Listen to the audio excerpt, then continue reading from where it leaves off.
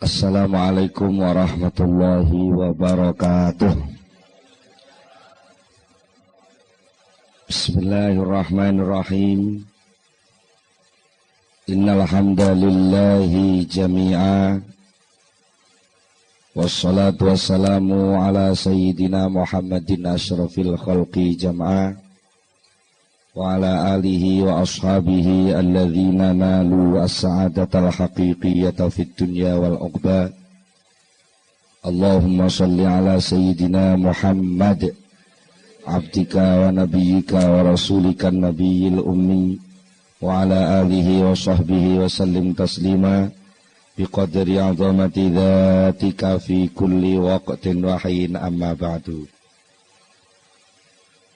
Para hadirin hadirat ingkang kula hormati, alhamdulillah saat menika kita pinaringan rahmat taufik inayah saking ngersanipun Allah Subhanahu wa taala sehingga saged sareng-sareng ngleksanakaken pengaosan saat menika. Mugi-mugi anggen kita sami ngaos menika mangke saged dipun catet dening Allah dados amal hasanah kita sedaya lan saged dados sababipun nampi ilmu ingkang manfaat fid dunya wal akhirah. Mila saking menika saderengipun kita langsungaken pengaosan langkung rumiyin, monggo kita sami sareng-sareng maos doa. Bismillahirrahmanirrahim. Subhanakallahumma Rabbana la ilma lana illa ma 'allamtana innaka antal alimul hakim wa tub 'alaina innaka antat tawwabur rahim wa taqabbal minna innaka antas samiul alim wa 'allimna min ladunka ilman nafi'a ya dzal jalali wal ikram. Allahumma iftah lana hikmataka wa ansur alaina rahmataka ya dzal jalali wal ikram.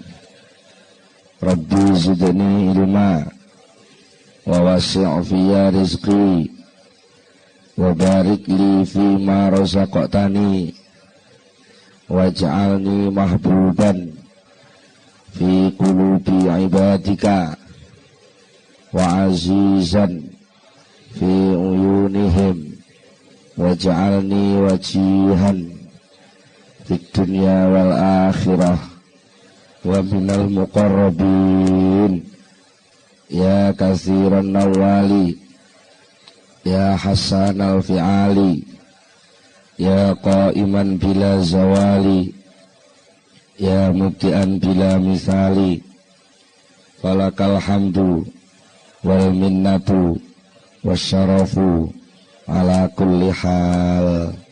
Lahumul fatihah.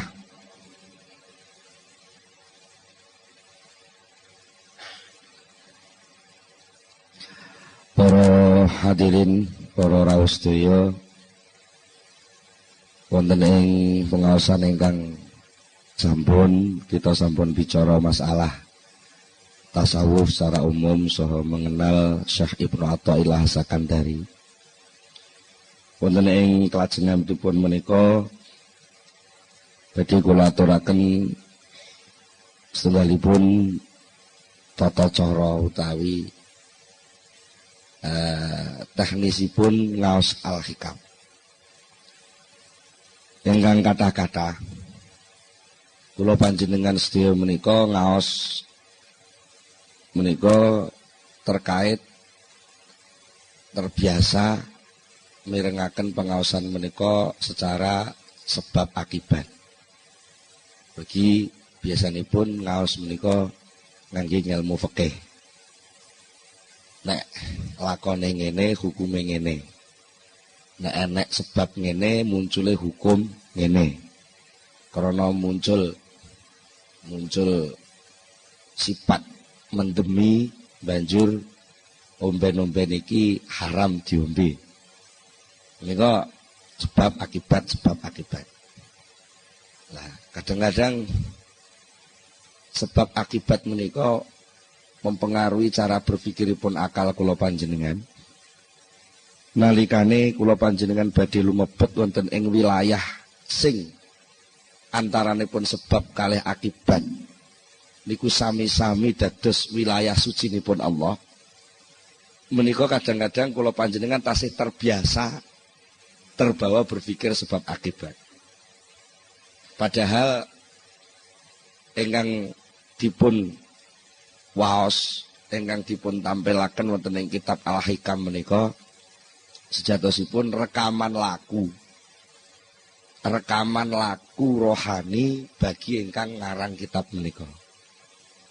Terus kitab Hikam niku penake omong ya wis enten perjalanan sing dilampahaken Syekh Ibnu Athaillah. Terus niku lika-liku perjalanan niku dipun rekam dening Syekh Ibnu Athaillah dados Al-Hikam menika ajeng kenging dipun pundhut suri tauladan dening ingkang purun kersa maos, nanging tetep mboten saged 100% persis kados ingkang dipun alami dening Syekh Ibnu Athaillah. Mula saking menika menawi kepengin mendekati, memahami, ngrasakno napa sing ditulis teng Hikam, nggih, mbuh pirang persen kudu ngalami memposisikan diri kados posisine Syekh Ibnu Athaillah. Nek namung sekedar niat ngaji Hikam kok mengajeng ngamati lakune wong tasawuf mboten truk. Mboten paham. Menawi namung kira-kira niku jenenge namung kira-kira. Lah niku saged diperdebataken menawi namung kira-kira. Lah ngaos Hikam menika mboten kangge nyalahno benerno wong, tapi ngaos Hikam menika kangge nglungguhaken manah kula panjenengan sedaya niki supados saged ngraosaken ya napa to sakjane rasane dadi kawulane Allah sing tenang. Niku rasane dadi kawulane Allah sing tenan niku dos pundi. Menawi soal fikih niku soalipun soal lakonku niki salah apa bener. Niku soal fikih. Utawi memahami ngene iki diperintah Allah, nggih. Paham diperintah Allah, tapi lek Al-Hikam utawi tasawuf niku pun mboten ngoten. Nglakoni perintahe Allah kuwi lho rasane piye? Ngoten. Benten nggih. Mila lajeng perlu enten semacam arahan menawi mangke panjenengan nuwun sewu mirengaken keterangan saking pengaosan Al-Hikam ajeng wonten sing nuwun sewu wah gak mathok akal ngoten. Pancen Al-Hikam niku sak gedakan. Sak gedakan niku cara ngriki napa? Sepintas nggih.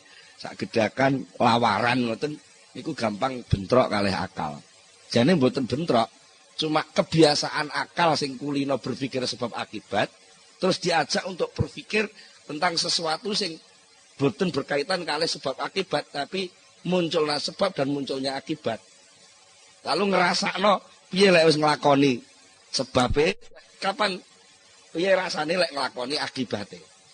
Itu apa yang harus dilakukan secara rohani, secara kehambaan, secara keimanan, ketundukan, kesujudan kepada Allah Subhanahu wa taala menika. Iki rek diringkes apa to tasawuf niku? Tasawuf paknane ya nyahadatno laku sakbare nyahadatno lambe. Kula panjenengan mlebet Islam kan mlebete liwat ungkapan pengakuan asyhadu alla ilaha illallah wa asyhadu anna Muhammadar Rasulullah. Lajeng menika menawi kita ngaos tasawuf ingin benar-benar memasuki wilayah tasawuf, kedah syahadat niku mboten namung teng lesan, tapi benar-benar dirasakno tenan nek ora ana pangeran liyane Allah. Bener-bener nglenggono lungguh tenan lek lakon contoh tumindak sing bener niku lakon contoh tumindake Rasulullah. Di cara wong nuwun sewu disuguhi niku mboten namung dibicara. Iki kula disuguhi toya pethak.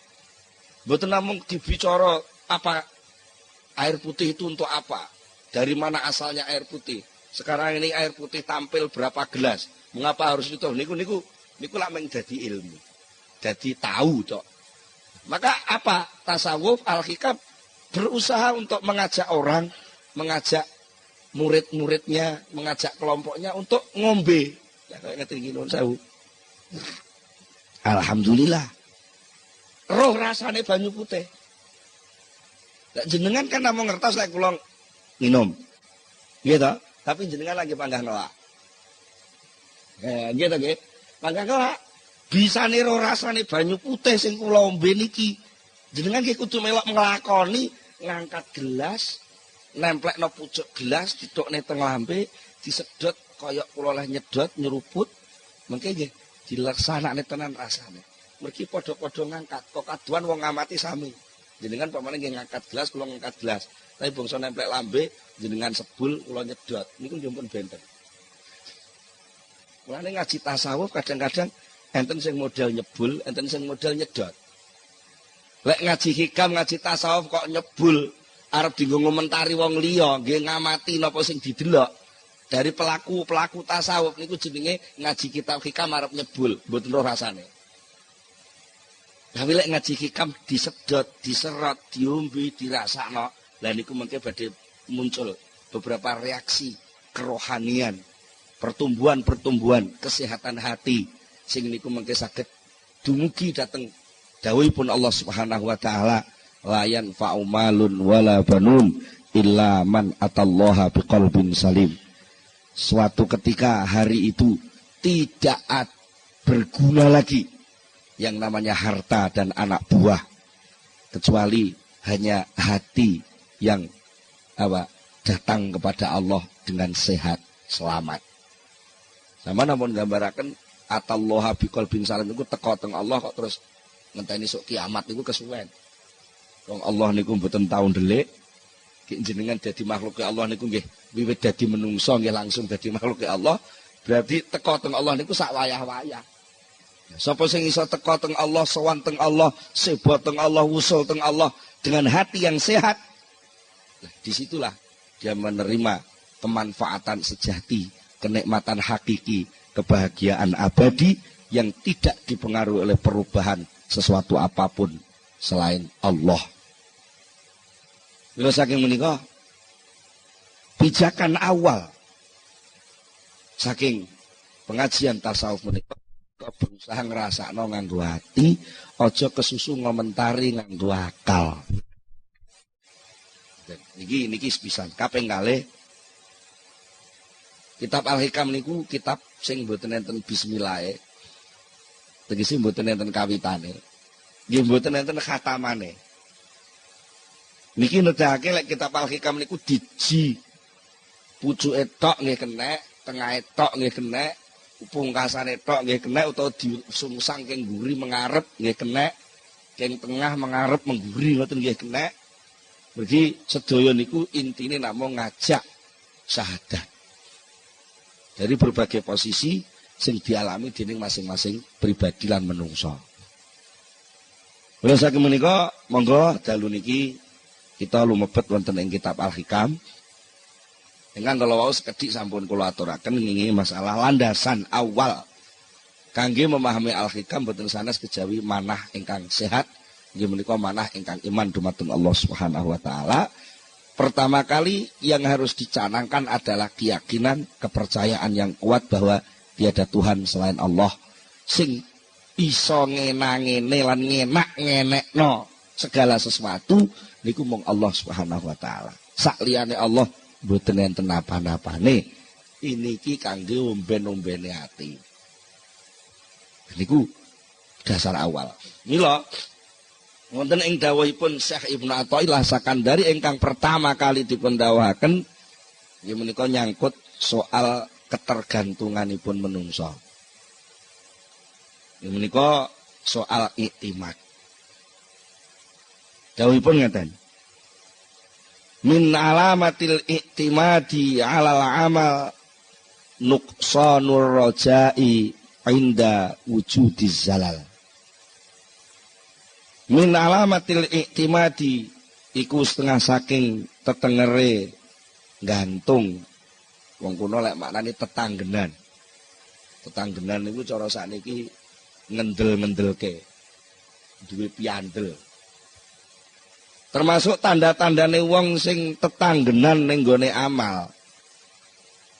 Iku nuqsanur rajai, sudone pengarep-arep. Cara wong sakniki hilangnya harapan. Inda wujudi zalal nalikane onone kesalahan. Niki iktimat ketergantungan. Napa to iktimat niku? Iktimat menika pijakan cara bangunan nggih pondasi. Cara wong arep budal ngamal ngoten asas dasaripun perbuatan. Enten tiyang niku sing gantungno ngamal, napa gantungno keberhasilan niku melalui pekerjaan. Kalau saya bekerja keras, maka saya pasti sukses. Kalau saya beramal sungguh-sungguh, maka saya pasti masuk surga. Nah, niki jenenge mengaitkan antara amal dengan hasil. Niki pancen sebagai dorongan wong tuminta koyok-koyok bener. Tapi niku mungkin dibenturke tengene tauhid.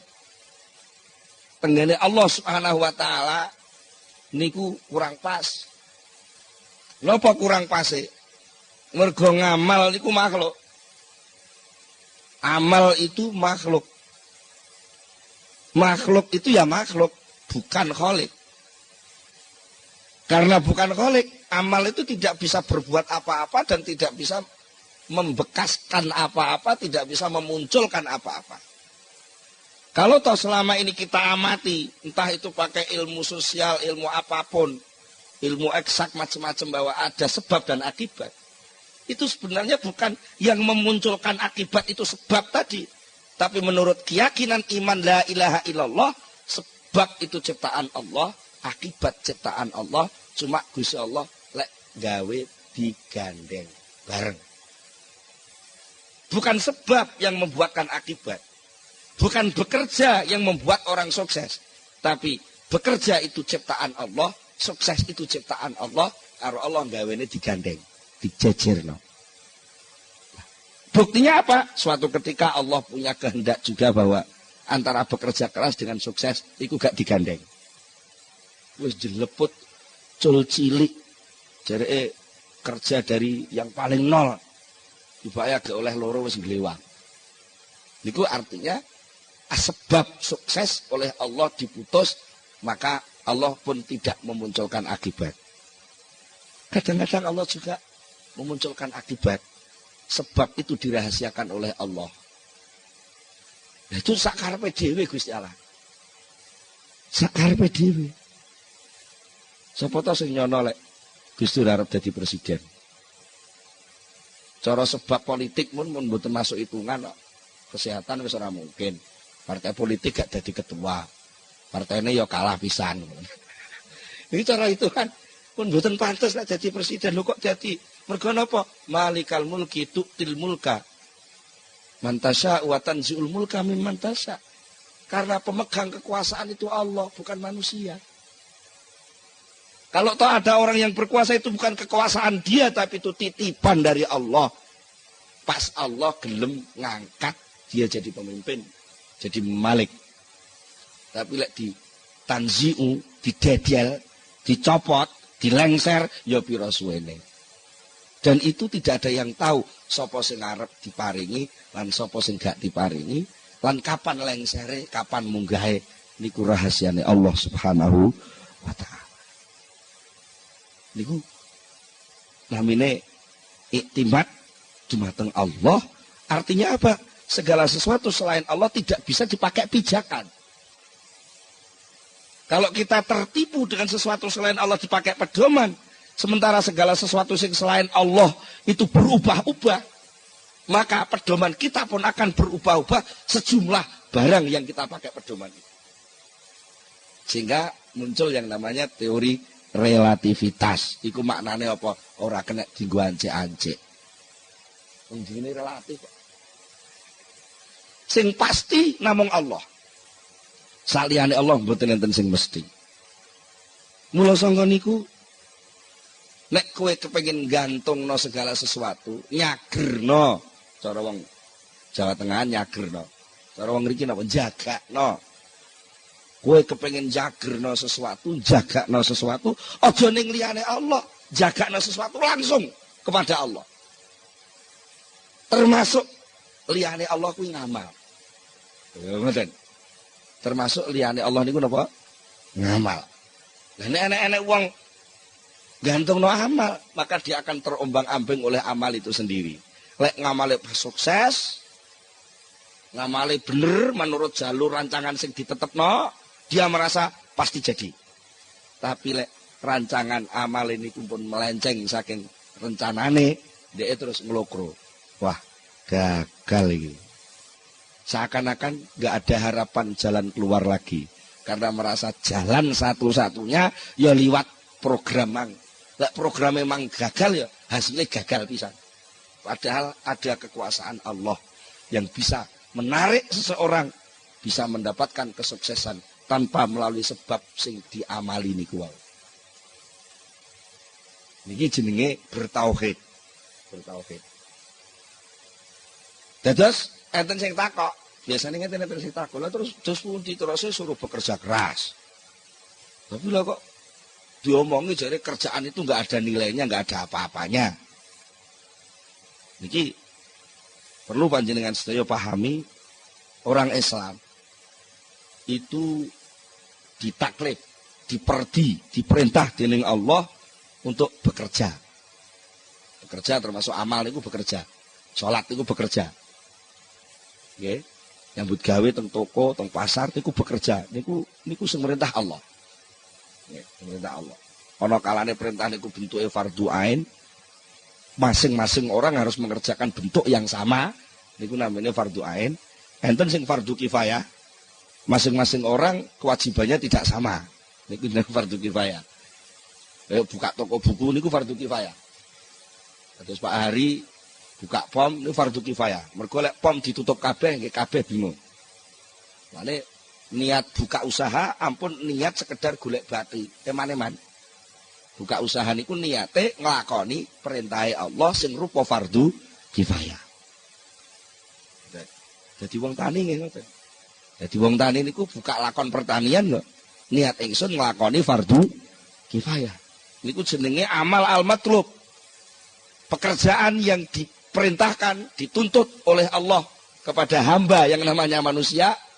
Ketika hamba itu dituntut mau melaksanakan pekerjaan, dia diridhoi, didemeni, disayangi, dimaremi Allah Subhanahu wa ta'ala. Sementara pada saat yang sama juga dia dituntut, diperintah oleh Allah untuk tidak menggantungkan keberhasilan amal itu kepada amalnya. Artinya hasil dari amal itu jangan dikaitkan dengan pekerjaan yang dia jalankan.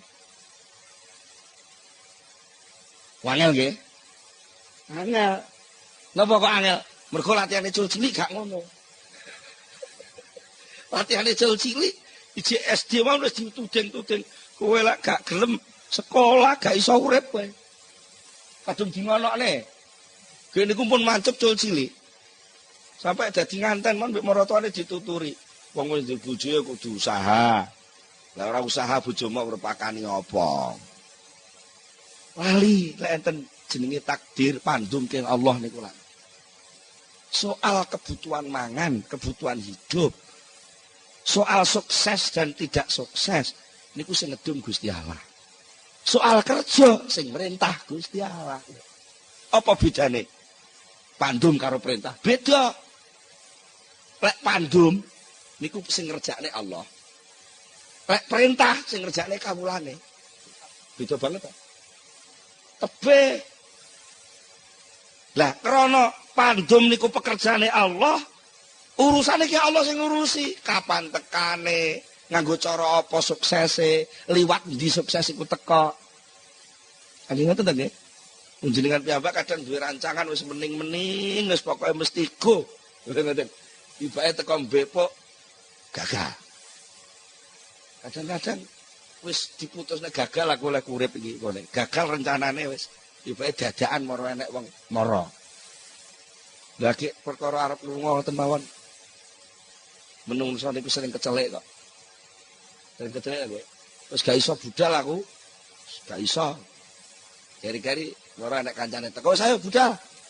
Niku lagi di luar rencanane menungso. Lan niku dadi gitu. Dadi. Dan nek ngono tengok-tengok ae ora usah usaha, jenenge wong purek. Purek terus mesti purek, wong diperintah ora budal lak purek. Mergo napa dianggep budale niku ora enek gunane lho, soal guna gak guna sing mutusi duduk kowe. Guna gak guna sing mutusi Gusti Allah. Napa anggit sampean salat niku enek gunane? Cobi sampean pikir, salat niku enek gunane? Wong mek jengkang-jengking, ngambusi lemah, ngubling ngoten niku. Nuwun sewu niki. Sampean pikir napa ngono niku enek gunane? Mboten enten to cara akal lho nggih, pandangan akal. Apa yang bisa tumbuh dari pekerjaan sholat? Gak ada apa-apanya. Gak ada apa-apanya. Tapi mengapa itu diperintah? Yuk urusannya sing merintah. Dan aku diperintahkan ngubling kok manut. Yuk manute kuwi jane sing dadi soal. Manute kuwi lho. Dan nek kowe nganggo teori mengapa sholat itu diperintah? Karena sholat itu kalau dilaksanakan bisa menyehatkan diri lahir batin. Dosa wis salat tenan, dibayar awake malah lara. Oh, lek ngono salate iki ora iso nyehatno. Lah akhire terus curiga karo perintah Allah. Lah Gusti Allah dicurigai ku kawula cap apa nyurigai Gusti Allah. Di sini. Maka kita mengerjakan segala sesuatu ya mengerjakne tok. Ya nikmatilah pangkatmu sebagai pekerja.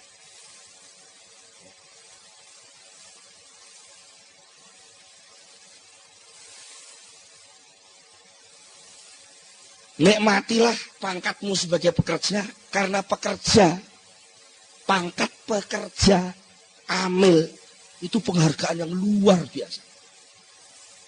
Jadi, bukti nih, enak uang di PHK muring-muring.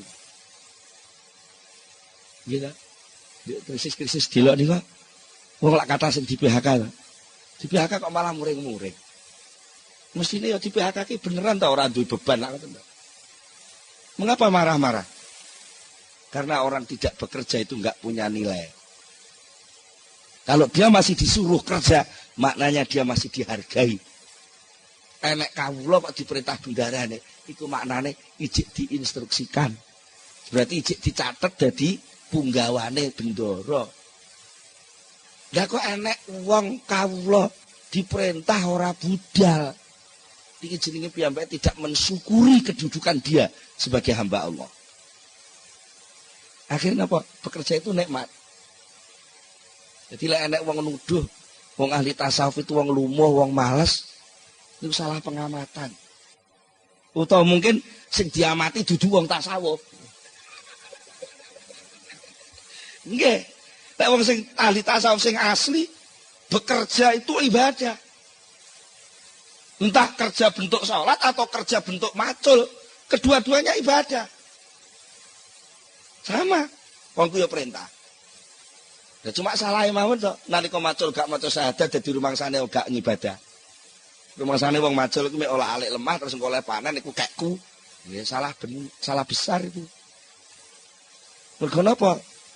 Kedudukan hamba, kedudukan abdi itu tidak bisa lepas. Dan tidak terikat oleh waktu dan tempat.